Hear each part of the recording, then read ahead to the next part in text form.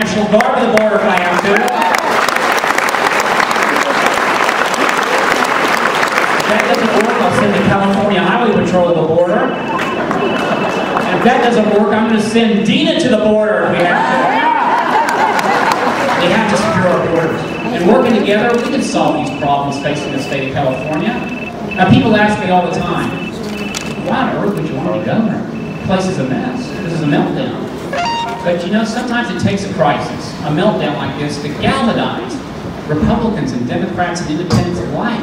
Let's take advantage of this crisis. Let's grab our state back. The people running the state of California, Republicans and Democrats alike, are oblivious. They're oblivious to the fact that we're in this new global economy and we're getting steamrolled by Texas and India and China. But here's the opportunity. Let's step up and take our state back. Let's step up and get this state back on track. This is a fantastic state. I am so proud to be a Californian. Who loves California? We're all here. That's why we're here. Working together, we can and we will get California back on track. And working together, we will make sure that Jerry Brown retires once and for all.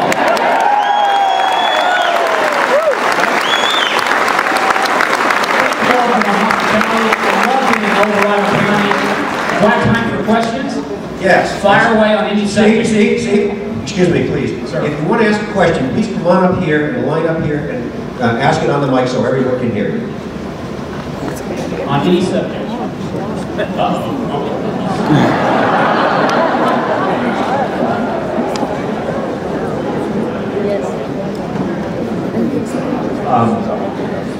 My name's Dirk. I was born in Sacramento, so I'm a real native as were my whole family a long time ago. I'm concerned because of the large number of public service unions that have taken over and command such a large percentage of the budget with all of the retirement benefits and everything else that's going on.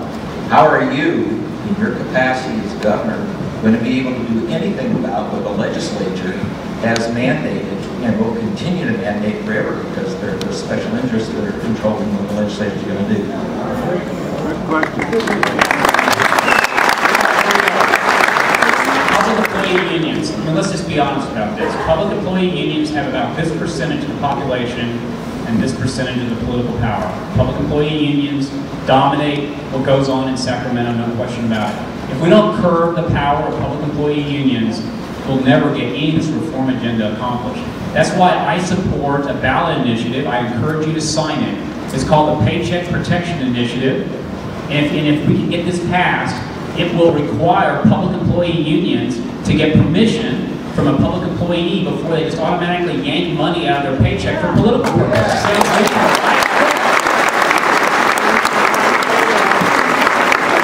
That will curb their political power. We have to do that. We have to take their huge political action committee war chests away, or else we'll never get any reforms accomplished. With regards to the pensions, there are billions of dollars of unfunded pension liabilities here. Now, the U.S. Constitution, how many of you have read the U.S. Constitution? You know, it's a fantastic document, 4,000 words long. It's one of the most elegant, fantastic documents ever written, right? Well, the California Constitution, well, it's 40,000 words long, 10 times longer.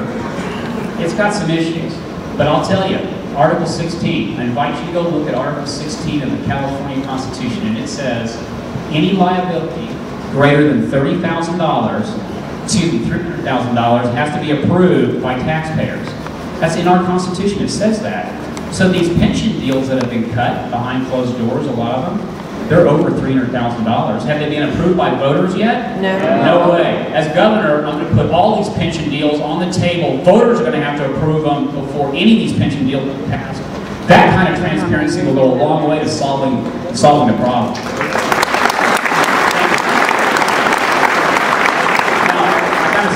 Is this the best shirt in the world? This is awesome. My name is Carl Roberts, and I wonder what's your position and how you would implement cutting the size of government. Cutting the size of government, yes.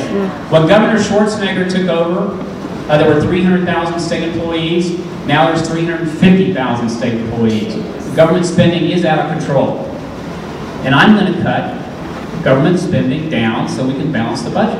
We have to cut spending. I have on my website, you can see the details, stevepoizner.com. We've identified $13.5 billion in cuts. Now you might be thinking, okay, it's one thing to identify the cuts. You know, what in your background gives you all confidence that I can get any of this done? Well, let me just point you to my record as insurance commissioner. Now, I'm your insurance commissioner, one of only 8 positions elected statewide. I oversee this huge bureaucracy, the Department of Insurance. My daughter, I've already told you about my daughter, she thinks I have the most boring job in the world as insurance commissioner. It's a fantastic job though, because I oversee a $160 billion industry, about 10% of the entire economy. So when I make a decision, it impacts everyone, every business, every consumer. So I get there at the Department of Insurance, and I start this top-down review 3.5 years ago, and I went through every dollar, every person, and the result of this top-down review has been pretty dramatic. The last time the Department of Insurance, this huge bureaucracy, ever did a top-down review in its 130-year history was never. We've been able to cut our operating expenses permanently by 15% at the Department of Insurance. I now have a huge surplus at the Department of Insurance, and I've taken this surplus and I have passed it back into the economy in the form of tax cuts, 2 of them, on insurance agents and brokers that fund my department. Ladies and gentlemen, you are looking, I think, at the only person in Sacramento history that's ever downsized anything. And I'm going to do for the other 400 state departments and state agencies what I did at the Department of Insurance. Thank you for the question. I'm Barbara Navin, and my family is now 5th generation in California. I went to school in Long Beach, California, and we were number 5 in the world because of our oil. And some islands stood out off the coast, not very far, if you've been there, and they look like a little island with some big palm trees and lots of pretty lights. With the oil, never had an oil spill there. Long Beach, I think at that time, was about the richest city in the state. Put that back. Okay, so the question is offshore oil drilling. Now I know that we're all following what's going on in the Gulf right now, and it is just a terrible crisis there. British Petroleum. We should hold that company accountable for every dollar of cleanup, every dollar of damage that they're doing to the environment and to businesses in the Gulf area. They should be held accountable. But that doesn't mean we should stop doing offshore oil drilling. I support offshore oil drilling. It doesn't look like that. The reason for it is that we need to become energy independent. Because every barrel of oil that we don't drill here, we're going to import it from one of these petro dictators that hates us. For national security reasons, we have to become energy independent. We need more nuclear power plants while we're at it.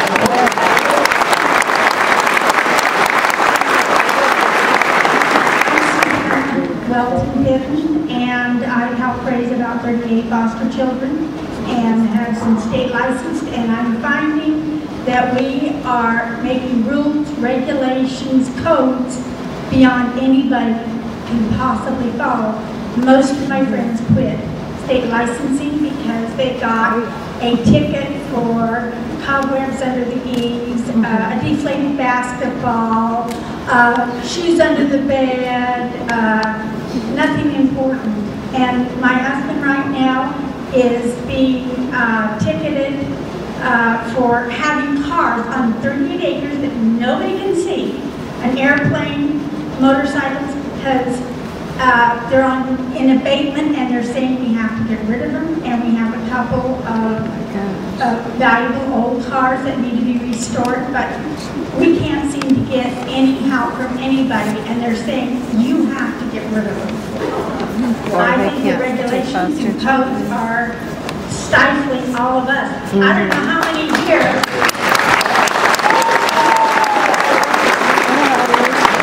I've done licensed daycare, I know. I raised a 14-year-old boy that was deaf, without kidneys. Well, it was a 12-year-old boy. I had him for 14 years.